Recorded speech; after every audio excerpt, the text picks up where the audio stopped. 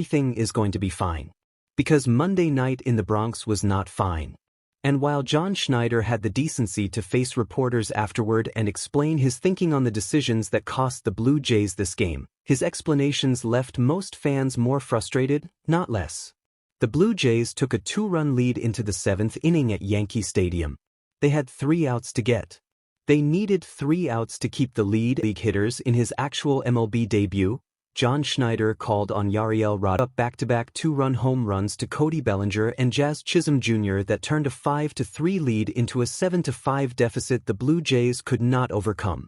If you are new to this channel, hit that subscribe button right now because this Blue Jays accountability conversation is one that this community needs to have honestly and out loud. Drop a like, leave a comment below telling me how you felt watching that 7th inning, and let's go through every decision that deserves scrutiny from Monday night. Let's start with the sequence that had every Blue Jays fan reaching for their phone in a way that had nothing to do with text. Measure one of the better debut performances a Blue Jays pitcher has had in recent seasons. His stuff was sharp. His composure was remarkable for a 25-year-old experiencing the noise and lights of that stadium for the very first time. Mako said afterward, with genuine awe in his voice, "My knees were weak when I stepped in the field. The lights went out and I was like, this is a cool entrance. Is this for me? Why are they doing this? I'm on the road." It was amazing. I honestly blacked out for a lot of it. That is a player being swept up in the best possible way by the magnitude of the moment. And his performance, 3 up, 3 down, earned him the right to keep going. Schneider did not let him keep going.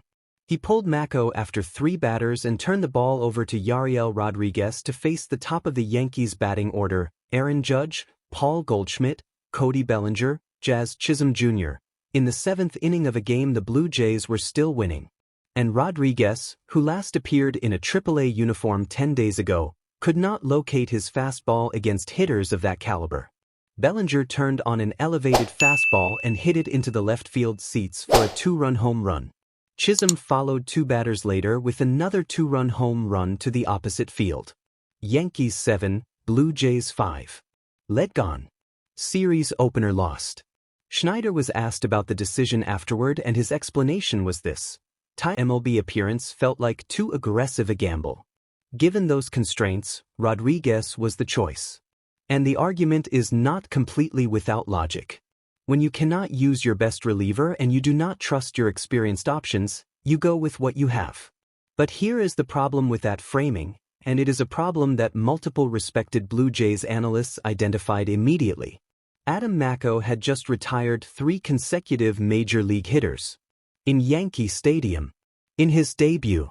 The data right in front of John Schneider's eyes was telling him that Mako had the stuff and the composure to continue. And the alternative, a pitcher with a 2.63 AAA ERA who had just returned from a stint in the minor leagues and who the organization had recently DFA'd before waivers cleared, was the choice instead. Ballgame Analytics wrote it clearly. To be honest, the entire Mako Rodríguez sequence felt like a classic case of analytics dictating the rookie shouldn't have been exposed to Aaron Judge. However, in reality, Yariel was evidently not the right call. Mako probably should have had a chance to finish the job. That is the honest read of it. The analytics informed caution about exposing a debut pitcher to the top of a dangerous lineup produced the wrong outcome when weighed against what Mako was actually showing on the mound. And this is the vicious cycle that has been quietly strangling this team for weeks. The offense is not scoring enough runs. Because the offense is not scoring enough runs, every game is close. Because every game is close, the bullpen has to be deployed every night in high-leverage situations. Because the bullpen is being used every night in high-leverage situations, fatigue and availability problems accumulate. Tyler Rogers unavailable. Jeff Hoffman's confidence fragile. Verlander being protected. And so you end up in the 7th inning of the most important game of the season, holding a 2-run lead at Yankee Stadium, and the best available arm you can send out there is someone who was pitching AAA baseball 10 days ago. The offense's failure is directly causing the bullpen's exhaustion. And the bullpen's exhaustion is causing managerial decisions that lead to 7th inning collapses against one of the most dangerous batting orders in baseball. Now let's talk about the plate appearance that had this entire fan base absolutely livid from the moment it unfolded. George Springer, 9th inning, 7-6 deficit. Ernie Clement on second base representing the tying run, nobody out. David Bednar working.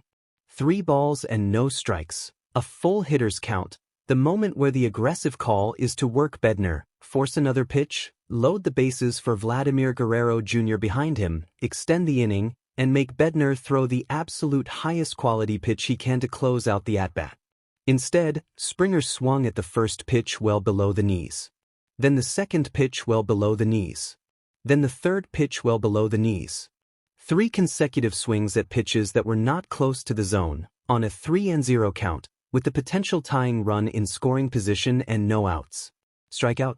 Springer gone. Vladimir Guerrero Jr. grounded out to end the inning and the game. It is genuinely difficult to overstate how terrible that at-bat was in the context of the moment. It is not just that Springer swung at 3 bad pitches. It is that the specific approach, abandoning all plate discipline at the exact moment plate discipline was the only weapon available, reflects a mental fragility that goes beyond anything explainable by the fractured toe that is still healing or the slow start that has defined his 2026 season. There have been 2 decades of Blue Jays baseball that this fan base has watched.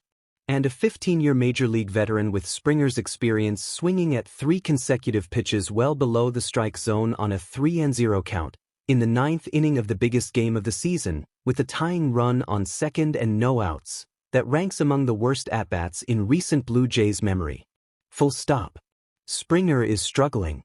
Everyone knows it. His fractured toe has not fully healed. His timing has been compromised.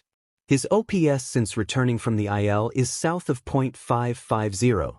All of that context is real and it provides legitimate explanation for why his production has cratered. But none of that context excuses swinging at 3 pitches at least 4 inches below the zone on a 3-0 count with a chance to load the bases for your franchise player. That is a decision made in the at-bat, not a product of physical limitations.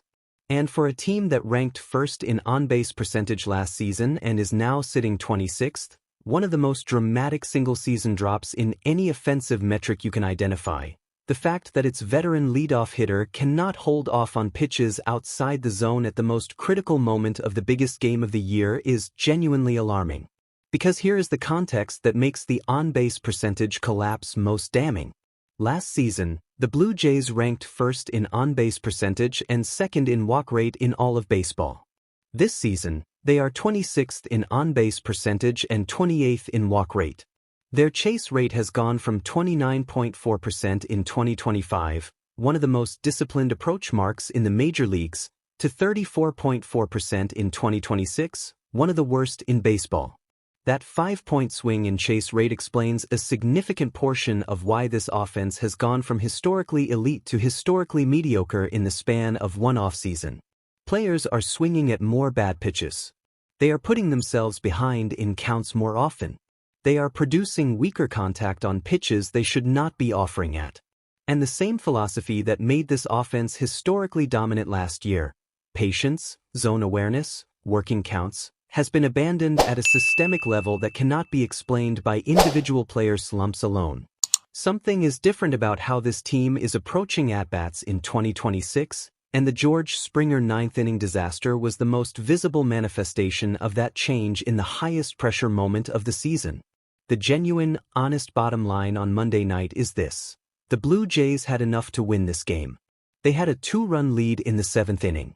They had a pitcher in Adam Macko who had just retired 3 major league hitters and was ready to continue. They had a lineup that scored 6 runs against the Yankees bullpen.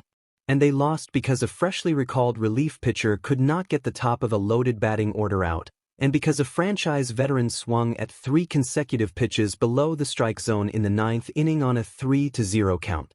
Both of those things have to be better. The roster decisions have to account for what a pitcher is showing on the mound, not just what analytics say should theoretically be avoided. And the hitters, particularly the veterans who are supposed to be the steadying influence on this lineup, have to make better decisions in the biggest at-bats. The series is 3 more games. The standings say the Blue Jays are still only a game back of the wild card despite everything that has gone wrong. The ceiling of this team is still real. But Monday night was a reminder that ceilings mean nothing when the floor keeps falling out at Yankee Stadium. That is going to do it for today, folks. Smash that like button right now if you are as frustrated about Monday's game as I am. Drop a comment below. Do you blame Schneider for the Rodriguez call? Do you blame Springer for the at-bat? Or is this a systemic problem that goes beyond any one decision? I want every single take in the comments. Subscribe if you are not already here and ring the notification bell. Until next time, let's go Blue Jays.